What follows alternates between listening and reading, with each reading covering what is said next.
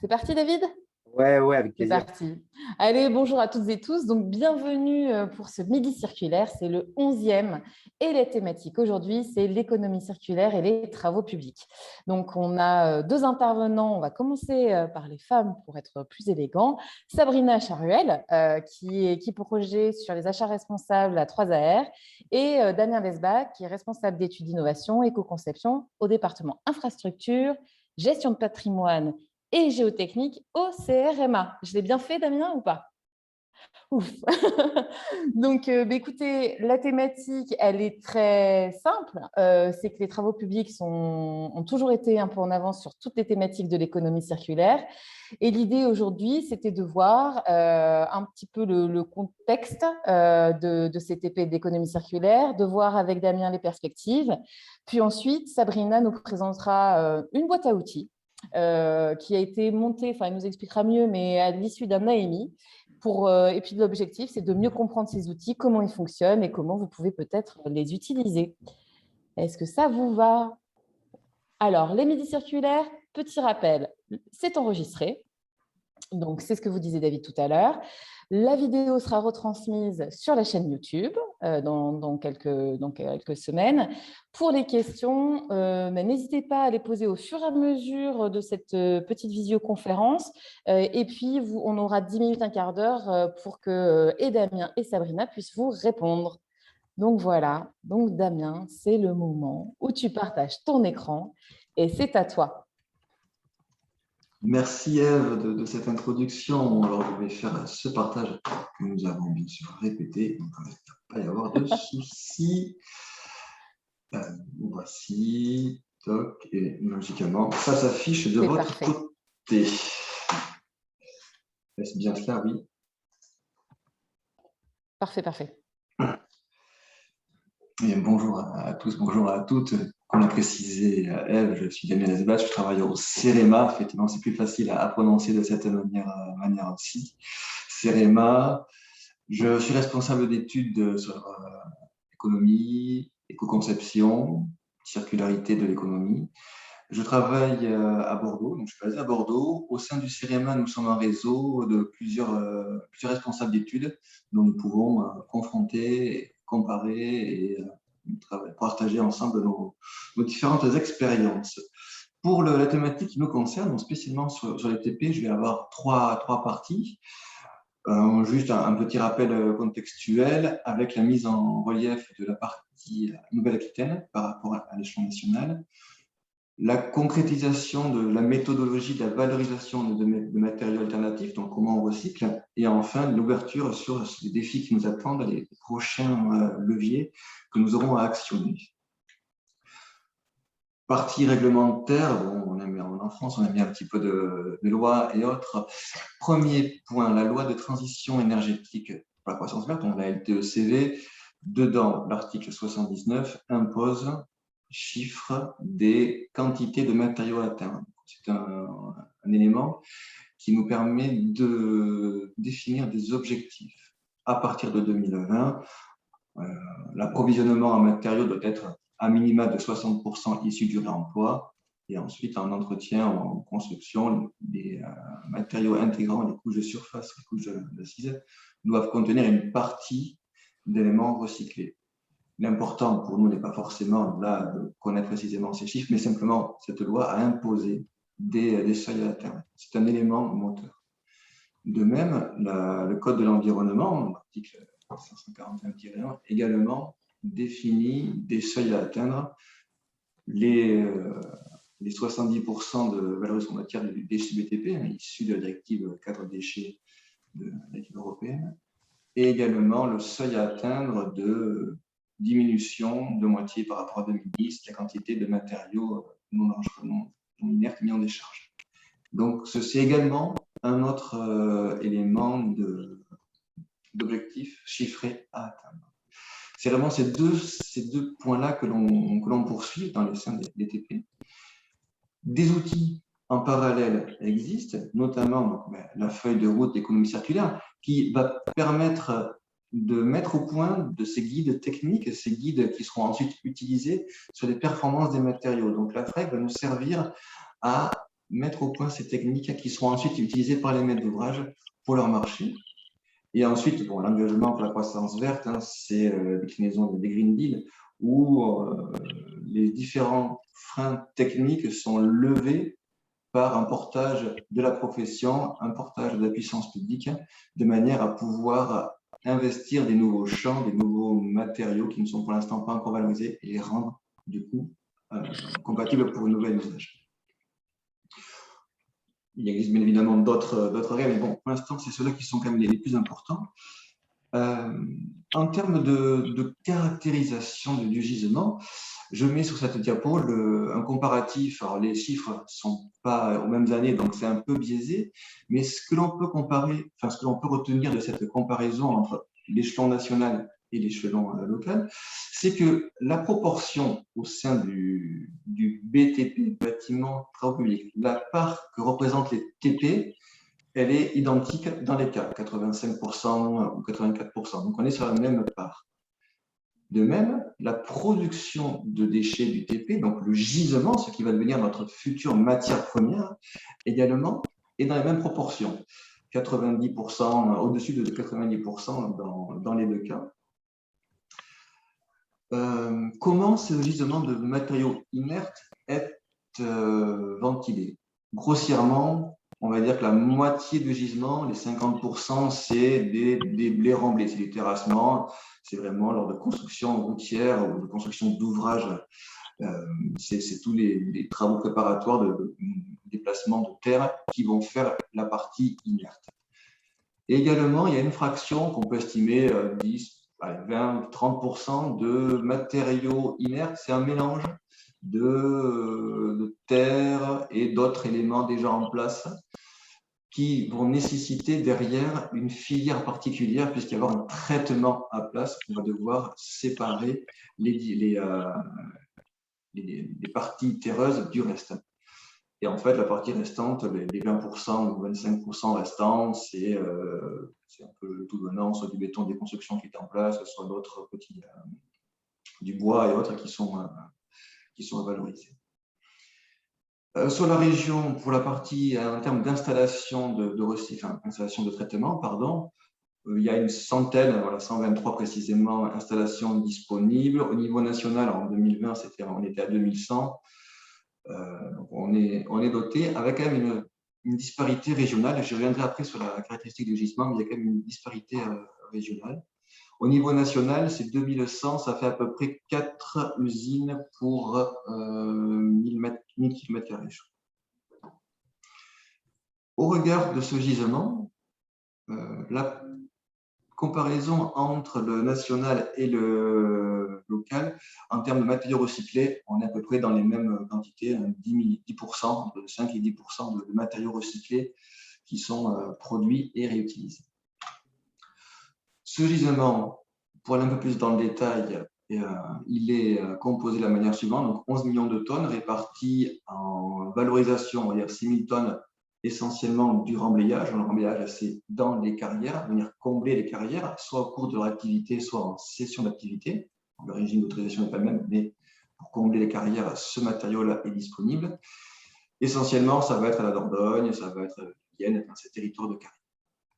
Les concassages recyclage, donc c'est venir broyer du béton des constructions, broyer les arrivées d'enrobés pour en faire un nouveau matériau. Également, ces installations-là vont être plus sur des territoires qui sont déficitaires en ressources premières. La Gironde est un excellent exemple. Et également, le stockage en ISDI, un stockage élimination, car pas de valorisation possible. Ce qui est intéressant à pointer, et ce sera un de nos axes de travail ultérieurs, c'est cette partie hors valorisation. Donc, la partie exportation, c'est transfert d'une région à l'autre. Par exemple, entre la région Auvergne-Rhône-Alpes et la région Nouvelle-Aquitaine, il y a régulièrement des échanges de matériaux. Mais également, c'est la partie qui est non maîtrisée, qu'on peut qualifier de non maîtrisée. C'est tous les flux, soit de dépôts sauvages, soit dans le maillage des TP, les entreprises qui sont un peu plus modestes, on voit quand même l'entreprise familiale, je vais dire jusqu'à la grosse major, ces entreprises modestes qui n'ont pas en place ce système de traçabilité, d'identification, donc qui vont valoriser, mais qui ne vont pas être pris en compte par les différents outils disponibles pour le suivi. Donc, ce sera un axe de travail également. Nous avons un gisement qui est disponible. Qu'en faire? Alors, depuis maintenant 1994, et même avant, mais 1994, c'est une bonne date, c'est la première directive, le premier arrêté sur les mâches fer d'incinération d'ordures ménagères à l'époque, mâches fer d'incinération de déchets non dangereux maintenant. C'était la première vraiment action de la puissance publique pour impulser l'usage de ce matériau-là. Pourquoi? Parce que la route, eh bien, c'est imperméable. Il y a un gisement, il y a de l'exploitation disponible, linéaire de disponible. Donc, ça fait un bon endroit pour valoriser, pour mettre en place ces matériaux. Et donc, ça a servi de terrain de jeu, si je me souviens ainsi. Et ces terrains de jeu ont permis de mettre en place cette méthode d'acceptabilité des matériaux. Le principe est le suivant. Bon, effectivement, prévention, le meilleur déchet étant celui que l'on ne produit pas. Donc, la prévention, c'est la première partie. Ensuite, est-ce que je peux remployer mon matériau? Est-ce que je peux le réutiliser tel quel? Sinon, dois-je le traiter? Et enfin, si je ne peux rien faire, je l'élimine. Et cette partie de traitement, c'est vraiment là où l'axe a été très, très fortement porté. La partie traitement fait l'objet d'une part de guides méthodologiques et également de guides d'application. Donc, le guide méthodologique, il faut le voir comme étant un mode d'emploi qui est à la disposition du maître d'ouvrage, mais également de la profession désormais, pour valoriser un matériau. J'ai quelque chose, c'est non standard, mais je vais pouvoir le valoriser. La force que l'on peut avoir dans les TP, c'est qu'à la différence du bâtiment, je ne compare pas les deux, je ne les oppose pas loin de là, mais c'est que les matériaux que l'on va avoir vont être quand même d'une certaine uniformité. Lorsque je parlais des blés remblés, la différence entre le sol, c'est peut-être sa teneur en eau, c'est des caractéristiques géotechniques, mais ça reste du sol. En bâtiment, de par les différents bâtiments, les ouvrages qui à leur destination, la matière première, le gisement va être un peu plus disparate. La force que l'on a dans TP, c'est qu'on a quand même une certaine homogénéité, donc il est plus facile de pouvoir mettre en place une méthode qui permet de caractériser et donc de valoriser par la suite. Comment on caractérise ou comment on valorise? La démarche est celle-ci. Bon, on parle de déchet parce que c'est le terme réglementaire. Le déchet, c'est tout bien meuble dont le détenteur a l'obligation ou l'intention de se défaire. Donc, on parle bien de ce déchet. Dès lors qu'il quitte le chantier de TP, il passe par un déchet. Toute la technicité de l'installation de maturation, l'installation de traitement va être de pouvoir l'élaborer, donc le rendre compatible avec un matériau qui sera ensuite formulé pour devenir un matériau routier. Je pars d'un déchet, je le nettoie, je le rends, je le formule, j'en fais un matériau routier et derrière, j'ai un usage. Ce qui veut dire que pour les ouvrages routiers, différents usages, il y en a 3, ont été définis et en fonction des caractéristiques que mon matériau va avoir, que mon déchet devenu maintenant valorisable, que ces caractéristiques qu'il présente, vont pouvoir être mises en œuvre dans un usage en fonction du type de configuration, pardon, de configuration de ma chaussée, de ma route, de mon chantier, de mon infrastructure. Où nous en sommes tout de suite par rapport à ces axes de valorisation? Les guides techniques existent. Donc, essentiellement, ce sont ces types de matériaux qui sont valorisés actuellement. La profession, via les DRIM, a également bâti un référentiel sur l'ensemble de regroupant l'ensemble de ces matériaux.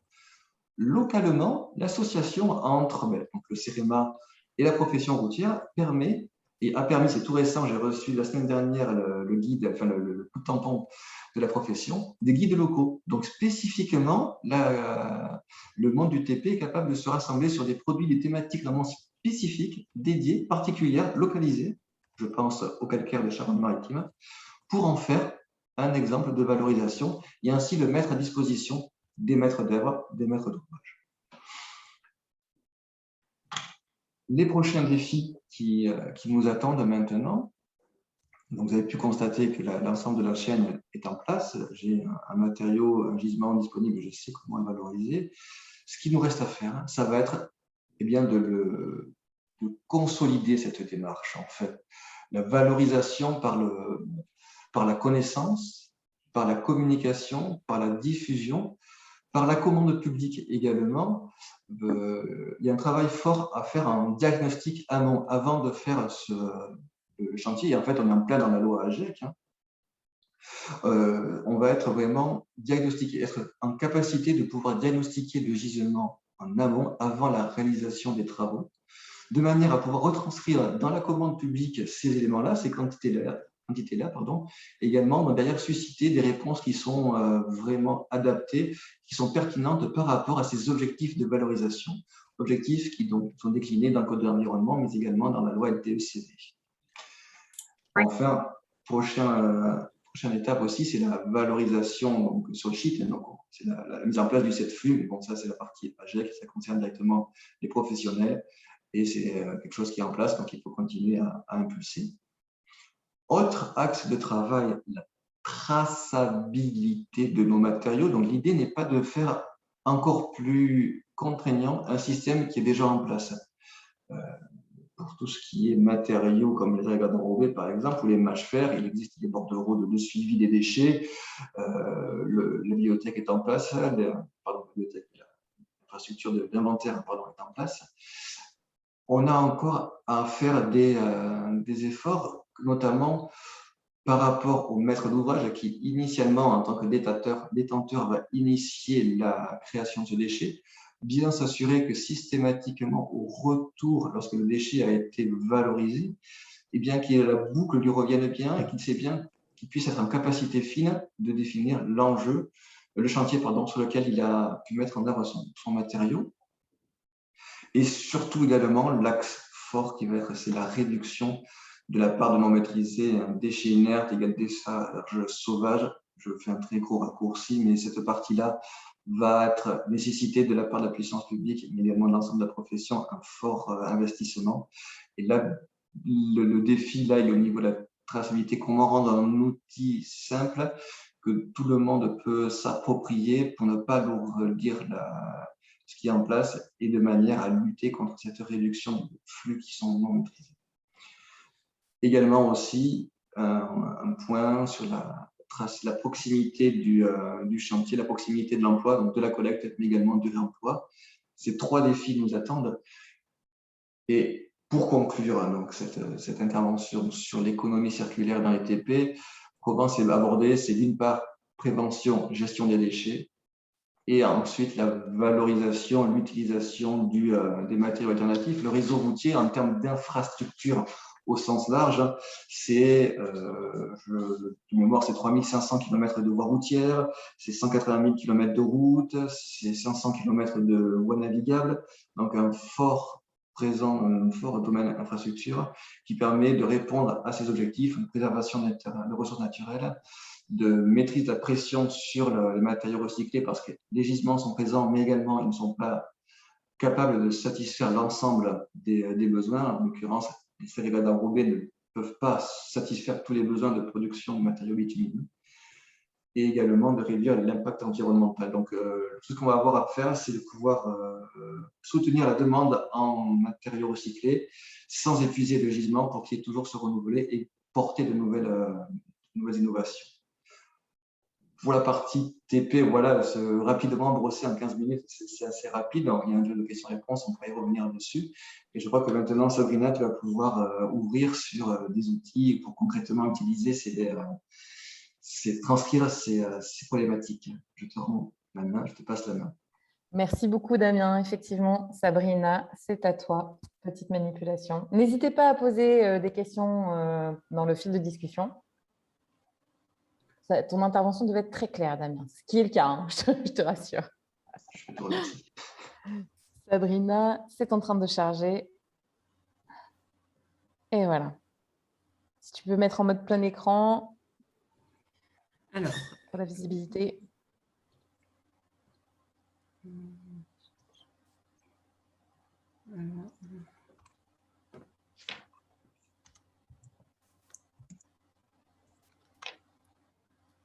c'est où?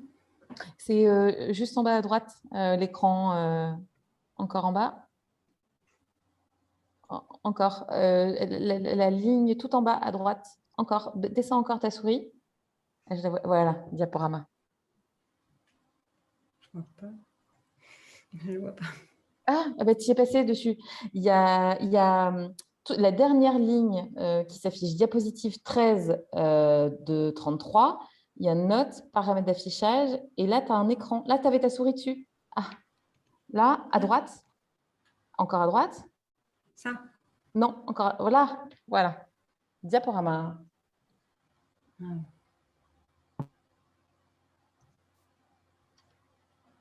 Normalement, ça va s'afficher. Bon, on ne l'a pas en plein écran. Ça marche pas? Tu l'as en plein écran, toi? Ah, voilà. Ah, c'est en mode diapo. Bon, écoute, ressort, on va le voir comme ça ou à ce moment-là. David, si tu l'as, la présentation, si tu peux prendre la main dessus. Si tu nous entends, David, parce que je ne l'ai pas, moi, la Ouais, c'est présentation. bon. C'est bon. Ouais, J'arrête. ouais, arrête le partage d'écran. Petit souci technique, veuillez nous excuser. Ok.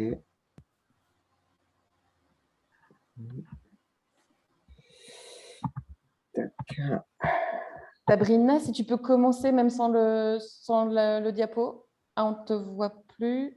Oui, alors du coup, je préfère peut-être couper ma vidéo parce que D'accord. régulièrement, j'ai des petits problèmes de réseau. Alors, ça va, au moins, ça laisse une bande passante bien fluide, quoi. Donc, si Allez, c'est possible. c'est pas de problème. C'est parti, Sabrina. Merci, David. Donc, bonjour à tous. Donc moi, je m'appelle Sabrina Charvel. Je travaille pour le réseau 3AR au niveau de la cellule, donc équipe projet achat responsable. Moi, je suis basée en Normandie, donc je travaille donc à 3AR avec mes collègues qui, eux, sont basés à Bordeaux. Donc, le rôle du réseau 3AR est plutôt d'accompagner les acheteurs dans leurs achats responsables, sur tous les secteurs d'activité. Donc, au niveau de l'intervention d'aujourd'hui, je vais vous présenter le dispositif de l'AMI, donc de l'appel à manifestation d'intérêt sur la voirie durable, donc qui a eu lieu sur fin 2019-2020. Oui, 2020-2021. Donc, c'était une opération pilote qui a été menée auprès d'un panel de 8 structures. Donc, ces 8 structures étaient basées en Aquitaine. Donc, le but de cette AMI voirie était donc de promouvoir l'optimisation de l'utilisation des ressources sur les chantiers de voirie. Donc, je vais aussi vous présenter donc, à la suite de cette AMI la boîte à outils qui a été composée. L'accompagnement des différentes structures nous a permis de compiler, de créer, d'organiser un certain nombre de ressources et d'en créer une boîte à outils. Donc, donc là, c'est pour le dispo. Voilà. Donc, alors, au niveau du contexte de ce dispositif, donc on est plutôt sur un contexte qui est favorable donc, sur la gestion des ressources sur les chantiers de TP, donc particulièrement sur les chantiers de voirie. Parce que pour rappel, au niveau des déchets issus des chantiers du BTP, on est sur un chiffre à hauteur de 60% des déchets sur tout secteur confondu. Et on a aussi donc, un fort gisement qui a été localisé suite à l'échelle d'un plan régional de prévention et de gestion de 11 millions. Donc là, à ce niveau-là, on a un contexte qui est très favorable. Et sur le volet réglementaire, il en est de même. C'est notamment avec un texte fort qui est apparu en août 2015, donc la loi de transition énergétique pour la croissance verte, que je ne vais pas trop détailler. Donc, on était juste donc, sur une loi qui s'oriente autour donc, de la valorisation des déchets, pour rappel, les déchets produits sur les chantiers et aussi sur l'utilisation des matériaux issus du réemploi, de la réutilisation et du recyclage. Donc, ce texte a fixé des exigences assez fortes. Donc, juste pour rappel, là, j'ai juste noté une petite exigence qui était à l'arrivée en 2020, il fallait être au moins à 70% des déchets produits sur les chantiers, qu'ils soient réemployés, réutilisés ou autres au niveau du recyclage. Donc, en fait, c'est tout ce contexte au niveau des enjeux, au niveau réglementaire, qui a fait que cette AMI a été mise en place. Donc, nous, directement, l'équipe 3AR, donc, suite à ce contexte et au dispositif mis en place par l'AMI, on a accompagné les structures sélectionnées, notamment sur tout ce qui était plutôt la traçabilité, les suivis et les contrôles. Attendez, non, là, pardon, il faudrait remonter. Voilà, je suis toujours ici. Donc voilà, sur les suivis et sur les contrôles. On a travaillé aussi sur la réduction des déchets. On a essayé d'apporter donc plusieurs éléments au niveau de la construction du dossier de consultation pour mieux valoriser ces matériaux et réduire ces déchets globalement. On peut passer, voilà. Donc, la commande publique et les procédures d'achat sont un levier donc, incontournable. Donc, il est important dans la préparation des cahiers des charges de pouvoir la prendre en compte aujourd'hui au vu de tout ce que je viens d'évoquer d'un point de vue contextuel et au vu de toutes ces évolutions et de tous ces éléments qu'il y a à ajouter. Donc, ce n'est pas toujours facile. Donc, s'appuyer sur la force des réseaux régionaux et des partenaires, c'est quelque chose de plus sécurisant pour pouvoir progresser dans la rédaction des procédures.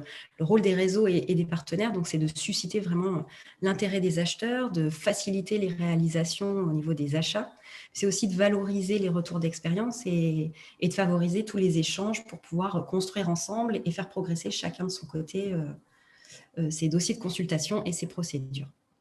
Donc, au niveau des partenaires, il y a un réseau de partenaires qui a été mobilisé. Donc, des experts et des partenaires financiers qui se sont rassemblés. Donc, au niveau des partenaires financiers pour cette AMI, donc on avait la région Nouvelle-Aquitaine et l'ADEME. Pour tout ce qui était plutôt partenaire technique, en plus de l'ADEME, on a la FRTP, les Routes de France, le CEREMA, l'IDRIM, la CERC, le Pôle Économie Industrie, la DREAL, Recita, ODIS, etc. Donc, pour la mise en place du dispositif lui-même, donc il a été organisé de la manière suivante. Donc, il y avait sur à peu près une période de 12 mois, donc il y avait un cycle d'ateliers collectifs. Donc là, dans la slide, on voit les ateliers avec les titres qui ont été évoqués. On était plutôt sur des objectifs techniques dans ces cycles collectifs. Donc, les candidats étaient invités à ces journées. Il y a donc une partie accompagnement individuel de 3 jours pour chaque candidat.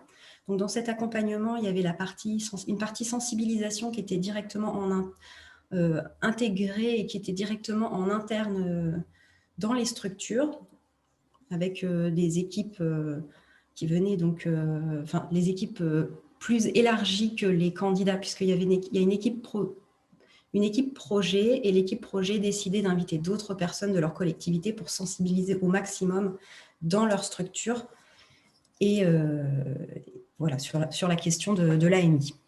Et il y a donc eu un point de restitution. Donc, dans le cadre du Covid, la restitution a dû être organisée d'une manière différente. Donc, ça a été des cycles de webinaires, un petit peu dans la même logique que les midis circulaires. On était basé sur des 3 quarts d'heure sur le midi, 6 cycles de webinaires pour effectuer la restitution complète de cette AMI.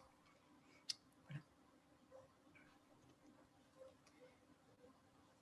Donc, alors, les 8 bénéficiaires qui ont participé, donc il y avait 2 départements. Donc, il y avait le département de la Corrèze, le département des Pyrénées-Atlantiques, Limoges Métropole, Bordeaux Métropole, la communauté de communes de Montesquieu, l'Agglo et la ville d'Agen. Et il y avait aussi 2 syndicats, donc Sitcom 40 et Bilta Garbi. Donc, rapidement, avant de passer à la boîte à outils, au niveau du bilan de cette AMI, on était quand même sur des accompagnements assez variés. Donc, il y a des structures qui ont plutôt voulu travailler sur une stratégie globale pour leur marché de voirie, en travaillant sur des socles, des trames que l'on peut réutiliser dans différents marchés de voirie. Il y en a qui se sont plutôt positionnés au niveau des accords cadres. Donc, on a travaillé sur des améliorations, comment mettre en place le cadre de réponse, les documents, le SOGED, etc. Ou alors, il y en a qui étaient un petit peu plus positionnés sur tout ce qui était suivi et contrôle. Donc voilà, on a un petit peu travaillé à tous les niveaux. Donc, la boîte à outils qui a été mise en place, donc elle a été organisée par différentes ressources. Donc, on va y retrouver des closiers, donc des cadres de réponse, donc, des SOGED consolidés, des cadres environnementaux, etc. Donc, il y a aussi des outils de suivi de matériaux, des guides, alors plutôt des guides de référence qui ont généraux qu'on peut retrouver tous sur le net, des contacts utiles. Voilà. Donc là, je vais vous présenter quelques exemples de ressources qu'on a mis dans cette boîte à outils. Donc, là, le premier document, c'est un closier préambule, en fait. Donc, c'est un closier avec des textes prêts à l'emploi qu'on n'a plus qu'à copier-coller dans les DCE. Donc, on vous a noté les pièces du DCE qui sont concernées, donc là où est-ce qu'il faut copier les éléments. Donc, on est plutôt sur les aspects réglementaires. Donc, voilà, on va retrouver des éléments sur la loi de transition énergétique, notamment.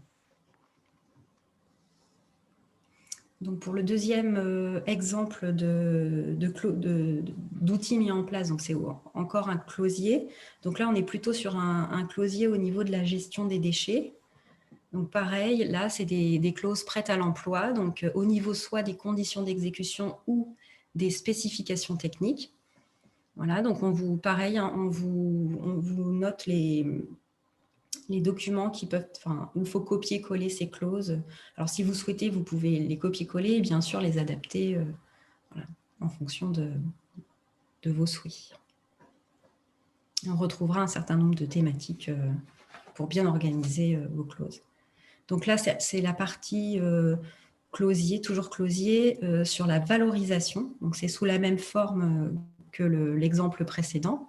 Donc, on est sur des thématiques de valorisation et des sous-thématiques organisées pour que vous puissiez les copier-coller aux endroits qui vous convient le mieux dans votre dossier de consultation.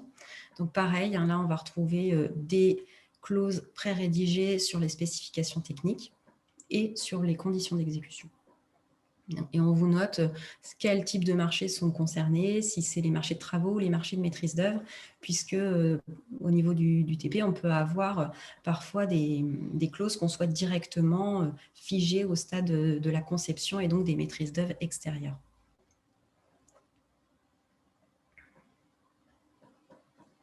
Donc on va passer à l'exemple suivant. Donc là, on est encore sur un closier. Donc là, on est parti plutôt sur les pénalités. Donc, c'est des clauses qu'on ne va pas retrouver sur les pièces techniques. Là, les documents que je vous ai présentés, on était quand même plus sur des aspects techniques. Là, c'est quelque chose qu'on retrouve dans les dossiers de consultation au niveau des CCAP, donc des clauses particulières administratives. Donc, le fait de mettre des clauses dans vos cahiers des charges implique de pouvoir pénaliser si elles ne sont pas respectées. Donc, la mise en place de clauses encore pré-rédigées qu'on vous propose dans des closiers à différents niveaux, donc sur des pénalités au niveau des retards, sur des non-respects d'obligations, etc. Donc, on vous a compilé tous ces éléments dans un document Excel avec des textes pré-rédigés. Ce sera donc voilà le moyen de pouvoir pénaliser en fonction des clauses que vous aurez prévues dans votre dossier de consultation. Donc, on a aussi réalisé la création d'un dossier sur le suivi et le contrôle d'exécution, donc dans le but d'aider à améliorer donc, le suivi dans les procédures. Donc, on y retrouve un certain nombre d'éléments pour aller chercher, sourcer, pour mettre en place. Donc, on a un modèle de traçabilité. Voilà, on va retrouver un SOGED, on va retrouver des exemples de trames de suivi, des outils, des indicateurs. Il y a quelques éléments que je présente un petit peu plus tard. Il n'y a plus que 2 minutes. Oui, ça va, il n'y en a pas trop, ça va aller. Bon, parfait. Voilà. Donc l'exemple suivant, c'était un modèle donc de SOGED. Donc, c'est un SOGED consolidé qui a été plutôt utilisé par les candidats à l'AMI. Donc, c'est un SOGED, bien sûr, que l'on peut adapter et qu'on intègre au niveau de l'offre et que l'on peut aussi utiliser au niveau des pièces de l'exécution et valider en fin de chantier. Donc, voilà, c'est un document unique à adapter en fonction de vos procédures. Mais on a mis celui qui a été bien consolidé auprès de tous les candidats. Donc, il ne reste plus que deux petits exemples. Donc, voilà. Alors là, c'est un outil de suivi des matériaux. Donc, en parallèle du bordereau de suivi des déchets et en lien avec la loi TEPCV, donc il y a la mise en place d'un outil de suivi pour avoir des indicateurs, des chiffrages sur les matériaux entrants et les matériaux sortants sur vos chantiers. Donc, voilà, il y a eu l'intégration de cet outil dans la boîte à outils. C'est un outil qui a été repris plusieurs fois par les candidats de l'AMI et qui l'adaptent très facilement à leurs procédures et voilà quoi. Et le dernier point, c'était plutôt sur les indicateurs de pilotage. Donc, on a des structures qui étaient très, très axées sur le suivi de l'exécution et qui souhaitaient mettre en place des indicateurs en lien avec les points de contrôle. Donc, pareil, on vous a préparé un closier avec un certain nombre de thématiques sur l'énergie, le climat, les ressources, l'eau, la biodiversité. On y retrouve donc les indicateurs, les éléments de preuve, les personnes qui peuvent vérifier et sur quelle phase de chantier ça peut se situer. Au niveau de la boîte à outils, on peut la retrouver dans le conseil minute du 3AR pour les adhérents de 3AR. Voilà. Je vous remercie. Merci beaucoup. Alors moi, j'ai une question, hein, Sabrina. C'est où peut-on trouver toutes ces ressources? Comment fait-on? Je suis un maître d'ouvrage, ou je suis une entreprise, ou je suis la Fédération des travaux publics, où je trouve ces ressources? Alors du coup, donc c'est ce que je disais tout de suite, elles sont dans le cadre du conseil minute du réseau 3AR. Alors le réseau 3AR, on peut y adhérer. Donc, les personnes qui adhèrent à ce réseau, il y a un item conseil minute et ils demandent à récupérer les outils qu'ils ont donc regardés, qui peuvent les intéresser dans le cadre de leur dossier de consultation. Et on pourra leur transmettre dans ce cadre-là, quoi. Et je ne suis pas une collectivité, je peux adhérer au réseau 3AR? Alors, je vais prendre la parole. Voilà, je préférerais en fait. Merci Anne, je veux bien que tu allumes ta caméra. Je ne suis pas très au carré encore sur tout ce qui est. Mais c'est normal.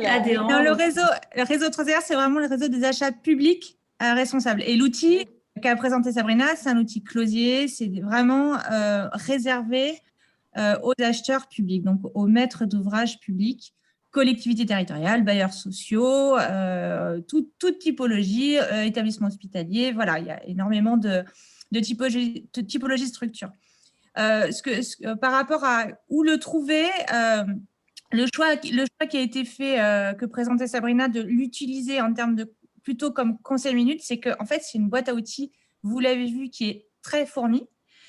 Avec beaucoup de technicité et il nous semble que c'est important de pouvoir l'accompagner, la mise en œuvre de ces outils et de pouvoir vous orienter, vous donner l'outil le plus adapté. Comme disait Sabrina, ça aussi parfois à adapter à votre contexte ou autre. Et donc, voilà, c'était le choix qui a été fait, c'est pas de balancer plein de documents comme ça sans les accompagner. On le fait pour certains parce qu'on essaie de faire du mode emploi et on essaie de simplifier. Là, il y a trop de technicité, trop de complexité pour ne pas l'accompagner. Donc, vraiment, l'idée de l'inclure dans le dispositif conseil minute. J'entends. Je veux bien que tu allumes ta caméra parce qu'il y a quand même, on est plusieurs à se poser les questions. Là, il y a… Pardon, j'avais oublié. Il n'y a pas de problème. Argia qui demande, les architectes pourraient-ils accéder à cet outil? Alors, si ce n'est pas le cas, qu'est-ce que cet outil ou qu'est-ce que 3AR peut apporter aux architectes? Argia, si vous voulez compléter ma question, n'hésitez pas. On va laisser Anne répondre déjà à ça. Et allumez votre caméra, votre micro. Hein. Anne, je t'écoute. En fait, c'est la même chose. C'est des outils qu'on ne veut pas envoyer dans la nature. Donc, peut-être, Argia, vous voulez peut-être compléter. Je ne sais pas comment on dit votre prénom. Alors. On ne vous entend pas. On vous entend. Peut-être que vous ne pouvez pas parler. Ouais, c'est bon. Oui. Non. Si, on vous entend. OK. En fait, voilà, ça, c'est des éléments qu'on a à prendre en compte dans les estimations au démarrage des chantiers et des projets, en fait. Toutes ces clauses-là, on peut les chiffrer en amont pour donner un prix global au projet. Et après, dans le cadre du dossier de consultation d'entreprise, c'est des clauses que nous, on intègre dans nos CCTP si les maîtres d'ouvrage ne le font pas. Et les entreprises regardent plus les clauses CCTP que les CCAP entreprises établies par les maîtres d'ouvrage. Donc, c'est vrai, pour nous, c'est des outils précieux, en fait. C'est dans ce sens-là. Oui, On les met plus peut-être en pratique que les maîtres d'ouvrage. Pour eux, en fait, hein, puisque c'est des clients. Ouais. Donc, Alors, quelle serait votre demande, Argia? C'est de les avoir ou de… Enfin, et 3R, est-ce qu'il y a une solution pour travailler avec les maîtres d'œuvre qui, effectivement, vont se servir directement de ces outils? Oui, voilà. Alors, pour le coup, c'est peut-être plutôt Sabrina qui va répondre parce que tu as accompagné aussi des marchés de maîtrise d'œuvre, il me semble. Et donc… alors, pas dans le cadre de cette AMI en tout cas, mais ce qui s'est passé, on a travaillé effectivement avec des structures où on a intégré des clauses et on a eu un contact dans le cadre de la procédure, donc plutôt dans les phases APD, pour pouvoir intégrer ces clauses dans les CCTP de travaux. Donc, on a eu des points en direct avec la maîtrise d'œuvre. Donc, on a envoyé des documents qu'on a fait valider par le maître d'ouvrage et validés par le maître d'œuvre de concert, quoi. Donc, ça, c'est la partie accompagnement pendant la procédure. Donc, effectivement, 3R était présent pour faire cet accompagnement. Mais si jamais un adhérent souhaitait récupérer ces clauses et les intégrer, effectivement, là, il faudrait qu'il y ait vraiment une sensibilisation pour que ces maîtres d'œuvre listent précisément les clauses qu'ils souhaiteraient mettre ou vers quoi ils veulent aller dès le marché de maîtrise d'œuvre. C'est pour ça que dans les clausiers, on a mis marché de travaux, marché de maîtrise d'œuvre, c'est pour les emmener, leur dire voilà, on souhaite que le maître d'œuvre il se positionne là-dessus, et nous, nos souhaits en phase travaux, on veut des clauses figées là-dessus. Donc, si effectivement le maître d'œuvre n'informe pas dans son dossier au stade de la maîtrise d'œuvre, ça sera plus compliqué. Mais on est en train de travailler quand même sur des discours récurrents en disant que les travaux, ce n'est pas juste des marchés de travaux. Quand on a de la maîtrise d'œuvre, c'est plus un projet, c'est une procédure qui s'entend en amont. Et l'amont, c'est effectivement la conception. Donc là, aujourd'hui, c'est le dialogue des réseaux pour les emmener vers la préparation, comme on a des dialogues assez forts sur le côté des suivis, puisque c'est des sujets, on décolle plus de la procédure en tant que telle, on élargit tout ça dans les deux sens, quoi. Alors, j'ai une question. Aujourd'hui, au niveau de la diffusion directe avec les maîtres, les architectes, je ne peux pas répondre, mais en tout cas, il y a un travail qui s'effectue pour faire progresser les dossiers de consultation au stade de la maîtrise d'œuvre. Pour que les architectes et les informations. Pour clore les choses. Et après, Christine a mis une expérience très complète dans le fil de discussion. Donc, je vous engage à aller lire. Et si, Christine, vous voulez prendre la parole par la suite, ça veut dire qu'aujourd'hui, concrètement, on a un Limoges Métropole qui est adhérent chez vous, qui va vous voir, qui a accès à tous ces outils. S'il y a un projet sur lequel le maître d'œuvre est bien identifié et qu'ils ont besoin, maître d'ouvrage, maître d'œuvre, de venir voir 3R pour discuter et échanger sur les clausiers et les outils, c'est possible. Là, dans ce cadre-là, ça peut se faire. Mais une maîtrise d'œuvre seule ne peut pas venir vous voir. C'est ça, hein, pour résumer. C'est-à-dire qu'un architecte ne peut pas faire partie de votre réseau. C'est le maître d'ouvrage qui doit faire partie de votre réseau. Oui, tout à fait. Voilà. Oui, tout à fait. Par contre, effectivement, dès qu'on fait des accompagnements, ce que dit Sabrina, c'est qu'on met tous les acteurs dans la boucle, en particulier les maîtres d'œuvre. Et on a même eu moi, je me souviens en tout cas sur un particulièrement, où on a eu vraiment un échange hors maîtrise d'ouvrage, où il y a eu vraiment un échange technique entre la maîtrise d'œuvre et 3R, où on a fait des échanges de documents pour valider les clauses avant de pouvoir faire les propositions aux maîtres d'œuvre. Donc, on avait on savait où ils souhaitaient aller. On a été sur de la proposition plus spécifique, validée donc avec la maîtrise d'œuvre et 3AR pour la proposer au maître d'ouvrage. Voilà. Donc, on a eu une relation de binôme, effectivement. Merci beaucoup. On n'hésite pas à le faire. Christine, un petit retour sur ce que vous nous avez écrit très rapidement et puis posez votre question. En fait, j'avais suivi les visios là, sur la mi-voirie durable. Ce qui était intéressant, c'est les retours d'expérience. Et j'avais été marquée par l'intervention du directeur du sitcom Côte-Sud des Landes, parce qu'eux, ils sont très organisés, ils fabriquent beaucoup de mâchefers et ils le vendent, et c'est vraiment à partir de l'incinération des ordures ménagères. Et ce qui m'avait frappé, c'est quand j'en ai parlé à un bureau d'études techniques VRD, ils disent bah non, les mâchefers, non, on ne peut pas les utiliser, les résultats ne sont pas garantis. Et je pense qu'il y a un vrai changement de culture à opérer. Moi, ça m'avait un petit peu frustrée. Et aussi, j'avais trouvé que dans cette AMI, il y avait beaucoup de retours d'expérience. C'était comment on change l'enrobé à chaud en enrobé à froid, quoi. Et on sent qu'on est vraiment au début, mais c'est très intéressant. Je disais dans le chat, là, comment on peut étendre en fait l'expérience du sitcom de la Côte-Sud des Landes. Et moi, j'aimerais bien qu'on ait ça aussi, je ne sais pas, dans le Poitou-Charentes, enfin, dans la Vienne. Alors, merci beaucoup pour ce retour. Malheureusement, la Fédération des travaux publics ne pouvait être présent. Vous savez, ces dates des médias circulaires tombent de manière très organisée et il ne pouvait être présent pour en témoigner. Je pense que la Fédération fait partie des structures qui essaient de diffuser les bonnes pratiques sur les innovations. ODIS, David essaie de capitaliser et monte une veille sur toutes ces pratiques-là. Et après, c'est peut-être organiser un retour d'expérience lors d'un midi circulaire sur d'autres initiatives et puis que tout ça s'implémente et que ça donne d'autres idées. Parce qu'effectivement, quand on dit non, c'est pas possible et quand on a entendu que c'était possible, voilà, on a quelques billes pour dire si, ça se fait. Mais... Pour compléter ton propos, Ève, je saisis la balle. Le problème qui est soulevé, c'est l'acceptabilité sociale d'avoir ces ordures sur la route. C'est clairement ça. La démarche du sitcom est la bonne, puisqu'ils ont un gisement, ils l'ont fait caractériser, et après cette étude de caractérisation, un domaine d'emploi a été proposé.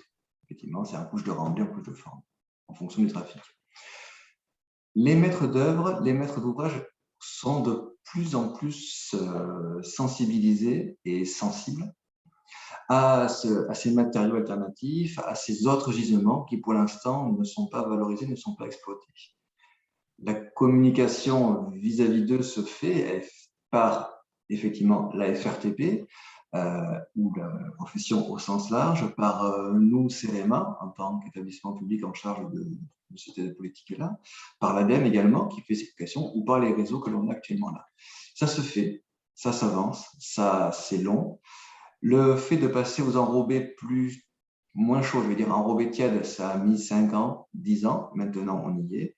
Les mâchefers, ça sera plus long parce que dedans, je ne vais pas retrouver une fourchette dans ma route. Ça sera plus long, mais c'est un travail de longue haleine et on y travaille. Et malheureusement, tant que l'acceptabilité sociale n'aura pas été plus loin que ça sera compliqué. Il existe, donc dans les défis que nous avons à relever, je parlais à un moment donné de communication, c'est ça en fait. Ce sont ces chantiers pilotes. La collectivité des Pyrénées-Atlantiques a fait un chantier avec des mâchefers.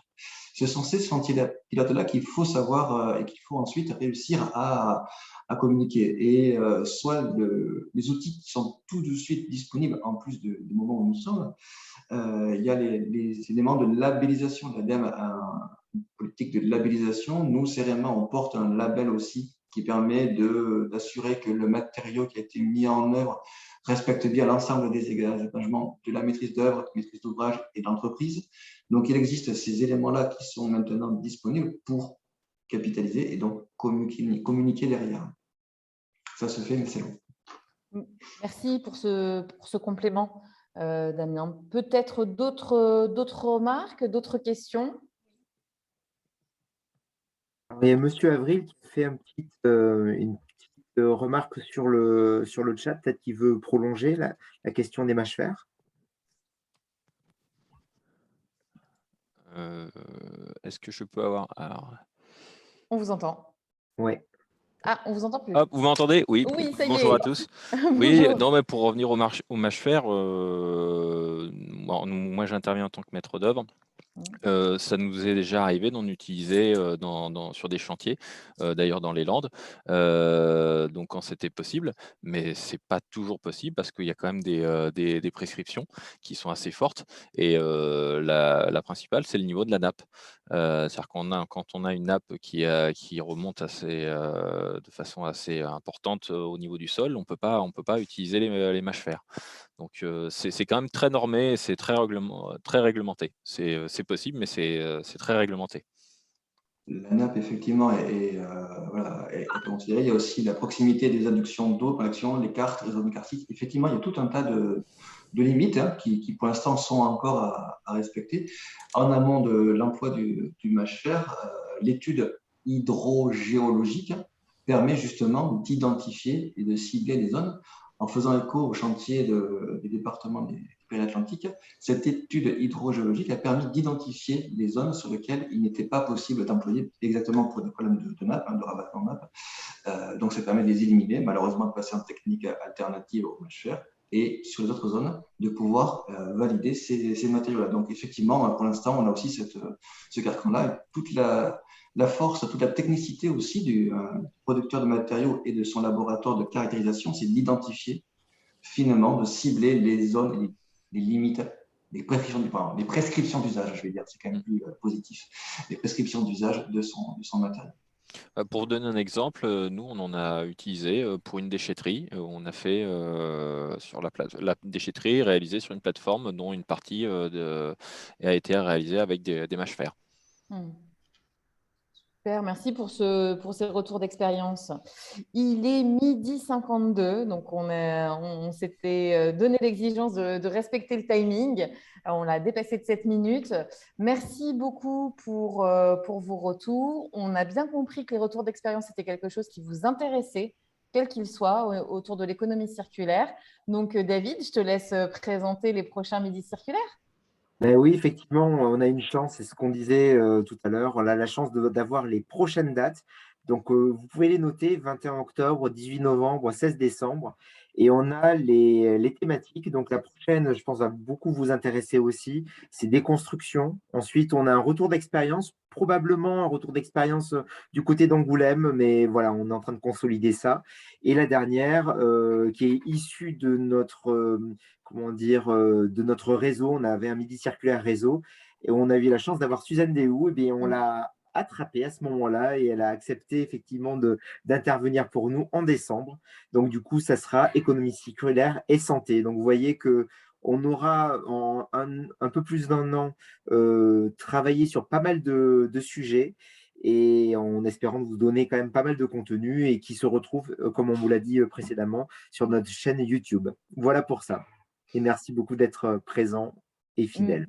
Merci beaucoup et n'hésitez pas à revenir vers David ou moi pour des sujets. Si vous avez des retours d'expérience, si vous avez des choses à dire sur l'économie circulaire, on sera ravis de vous faire témoigner. Et si vous avez des sujets que vous souhaitez aborder de point de vue technique, n'hésitez pas, on essaiera de trouver avec vous les bons intervenants.